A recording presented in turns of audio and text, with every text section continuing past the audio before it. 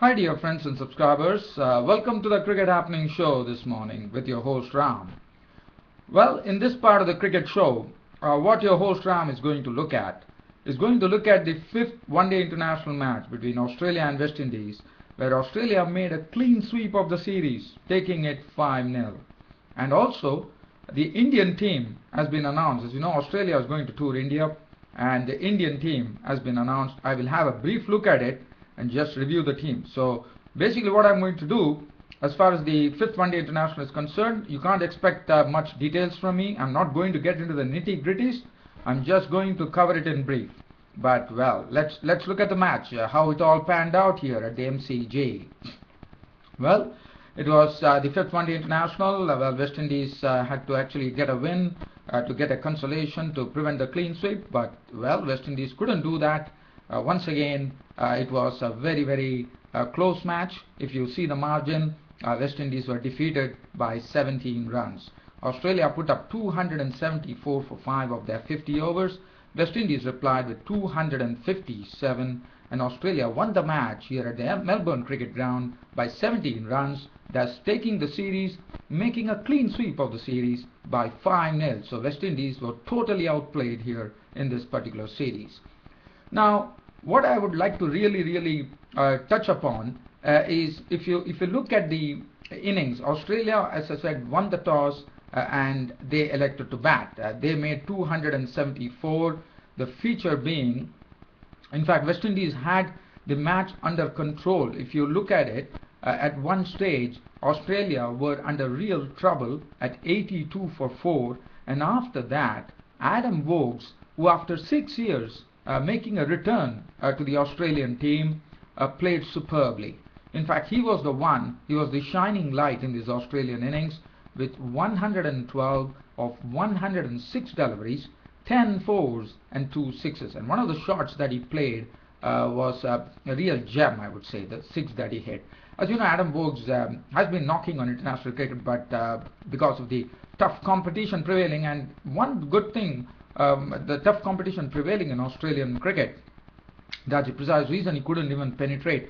But since all the players have gone to India to get themselves acclimatized to play India, so that's the precise reason Adam Voges got his chance. I thought Adam Voges has grabbed this chance with both hands and put up a very good performance. He had an unbeaten 112 to his credit of 106 deliveries, 10 fours and 2 sixes. He got good support at the end from Brad Haddin, who contributed 43 of 45 balls with 5 fours.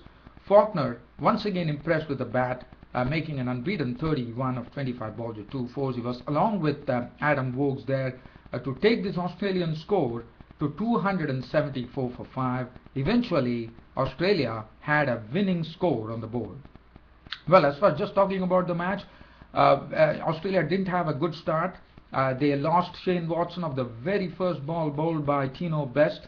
Tino Best rattled the stumps of Shane Watson with a short delivery. Watson missed it. He was clean bowled for a duck. Aaron Finch once again failed. He was also a victim of Tino Best in the third over. He was also gone. Cotnery in bowled Best for 1 of 5 balls, with the Australians really in lots of trouble at 2 for 2. Phil Hughes and Sean Marsh, well, they found it very difficult to force the pace. The bowling was absolutely on the mark. Timo Best, Darren Sammy, Kemar Roche was playing today. Everything was right on target.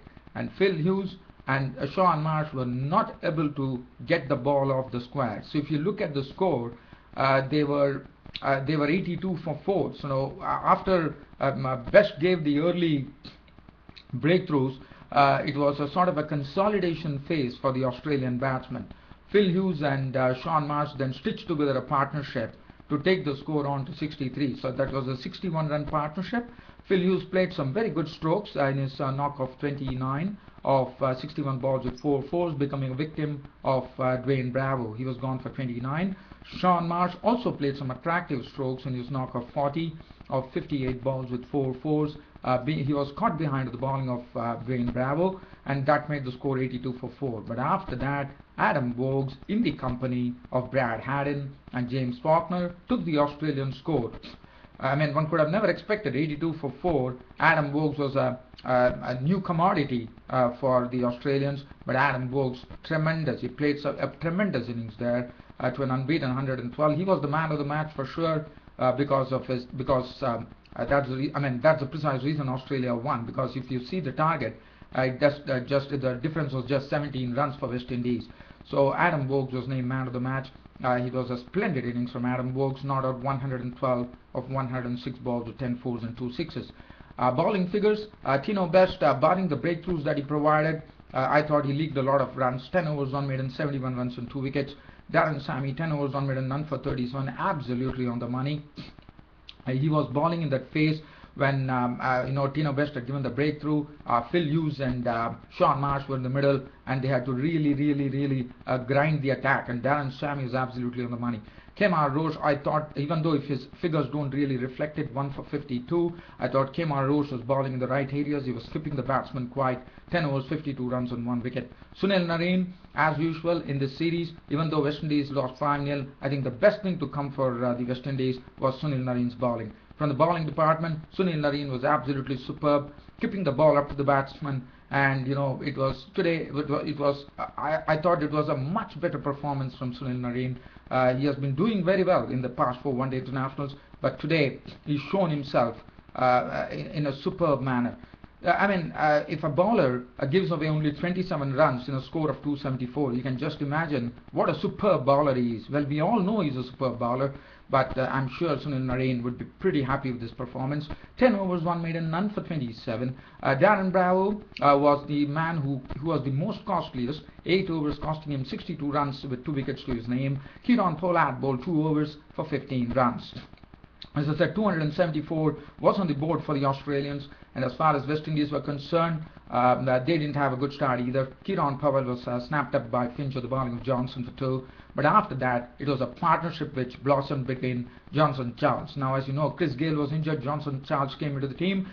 The same way that what Adam Voges did for Australia, Johnson Charles did it, but it was on a losing cause. But it was good to see Johnson Charles, who has never got a century in any tournament, getting his maiden international century, and he was the one who was holding this West Indian innings, giving them hope. He played some beautiful shots. He hit one beautiful 6 over long on with the bowling of McKay. It was cutting, sorry. He actually lofted him over long on for a 6. And Johnson Charles' contribution was 100 of 121 balls with 8 fours and 1 6. So that is something which is going to go a long way for Johnson Charles. The Bravo brothers, Dwayne Bravo contributed 33 of 50 balls with 3 fours. Darren Bravo made 13 of 12 balls. Kieron Pollard, well, he was there along with Johnson Charles, who took the partnership from, he was there with Johnson Charles at that particular time when they took the partnership from 228 for 6 when Davon Thomas was run out for 19 of 18 balls with 1 4 and 1 6 to 234. Kieron Pollard's contribution 45 62 balls, 2 fours and 1 6, and Darren Sammy contributed 23. He was there in the end. It was the last over, 24 runs were required, but unfortunately the West Indies couldn't really get it. They fell short, and Sammy was got out for 23 of 18 balls with 2 fours and 1 6. Well, there's nothing to really talk about. West Indies folded up for 257, but it was a very good fight. It was all led by Johnson Charles with his maiden one-day international century. Got good support from Dwayne Bravo and Kieron Pollard, but it was not really enough. But 257 all-out West Indies. Clint McCabe, well, he got 3 for 52 with his bowling. He bowled well. Johnson 10 overs, 1 maiden, 3 for 50 for him. Ben Cutting 1 for 53. Faulkner 10 overs, no maiden, 147. Doherty bowled 9 overs, 146. 1 over for 2 runs. Sorry, dear fans, I can't really go into it because I need to just discuss the Indian team which has been selected for when the Australians tour India. So that's the reason I'm going a bit brief on the West Indies innings here. Adam Voges was named man of the match, as I said, and the player of the series went to Mitchell Starc, and rightly so, for his 2 5-wicket hauls, 2 consecutive one-day internationals. Well, so now the only match which is left between Australia and West Indies is a T20 match, and after that West Indies return back home. Well, so now let's have a look at the Australia and India. As you know, Australia are coming to India. They are already there in India. Some players already there to acclimatise. So I'm going to have a brief look at the team. As far as the team is concerned, the only thing that I would like to talk about, Gambhir, as you know, he has not been in the best of form. It's almost 3 years since Gambhir has scored a century. But today, yes, Gambhir was dropped for the first 2 tests against Australia. So normally one would have seen Virendra Sehwag and Gambhir opening. Virendra Sehwag has been selected, but Gambhir has been dropped. And in comes Shikar. Shikar Dhawan has been scoring prolifically in the domestic league. He did well in the Rest of India match too, where he scored 63, and yes, he got the nod. I think that's the right decision. Gambhir has been in some poor form, and I thought the Indian selectors have taken the right decision in giving Shikar Dhawan a chance, because it was high time that Shikar Dhawan came into the test matches. And well, now Gambhir has to really fight for his place. So, but Gambhir has been made the captain for the Australian, I think it is the India A team for which he has been made the captain. So probably you can try to find some form there. So the team reads Mahin, and the other inclusions, there is no Sreesanth. One was probably thinking that Sreesanth might be given a chance, but Sreesanth has been ignored. There is no Sreesanth in the team, which probably comes as a surprise because he was bowling well. One does not know what was the reason, but Sreesanth doesn't figure in the team. Harbhajan Singh comes back to the team, and Harbhajan Singh, as you know, he's a great fighter, and he always likes to play against Australia. He likes to give it to the opposition, and he gets his place in the team. Now, looking at the team composition, the other good thing which has happened, Bhuvneshwar Kumar, who did well in the one-day internationals against Pakistan, has got his opportunity. He has been given a chance in the test matches. I thought it's the right way, because any bowler who moves the ball both ways, like Praveen Kumar, definitely deserves an opportunity, because you have the slip cordon in place, and I'm sure Bhuvneshwar Kumar is going to really learn. It's going to be a learning experience for him. He comes in, I mean, he will get the outswinger going, he gets his in-swinger going. I'm sure that is what is wanted in test matches. Yes, you need pace, but Bhuvneshwar Kumar probably with the experience, he might definitely get some pace for himself. That would be better. But Bhuvneshwar Kumar, I thought it's the right selection by the Indian selectors there. Let's look at the team. The Indian squad for the first 2 Australian tests. Mahendra Singh Dhoni is the captain. Virendra Sehwag. One was having a question mark because his form has also been a bit dicey. But well, the selectors have given the nod to Virendra Sehwag, and I thought there's a right decision, because against Australia, I thought Virendra Sehwag has to be there. It's a psychological thing, because Virendra Sehwag has always done well against Australia. Sachin Tendulkar, Virat Kohli, we know about Virat Kohli, what a wonderful player he is. Shikar Dhawan gets a chance. Yes, one more thing that I would like to say, Murli Vijay has also been included from Tamil Nadu. So he also comes into the team. So Murli Vijay also on some dint of good performances. Ajinkya Rahane is there in the team. We have Cheteshwar Pujara, who has done well.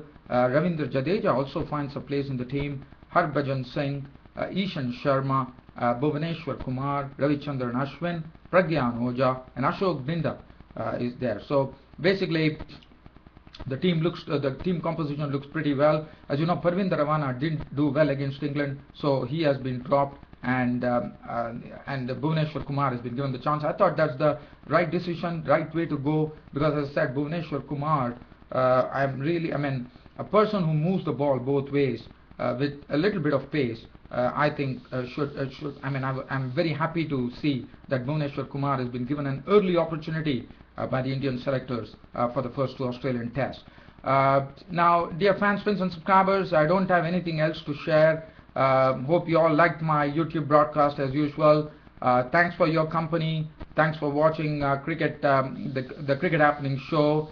Just wanting to tell you that the first tour match which is going to be starting is between the Indian Board Presidents 11 versus the Australians. It is going to be played at Chennai on 12th of February. Well, dear fans, friends and subscribers, on this note, your host Ram is going to end the cricket show for today. Hope you all liked it, and I will see you all tomorrow in my next cricket show. That's it from me, your host Ram, for the cricket show for today. See you all, and goodbye. Thank you.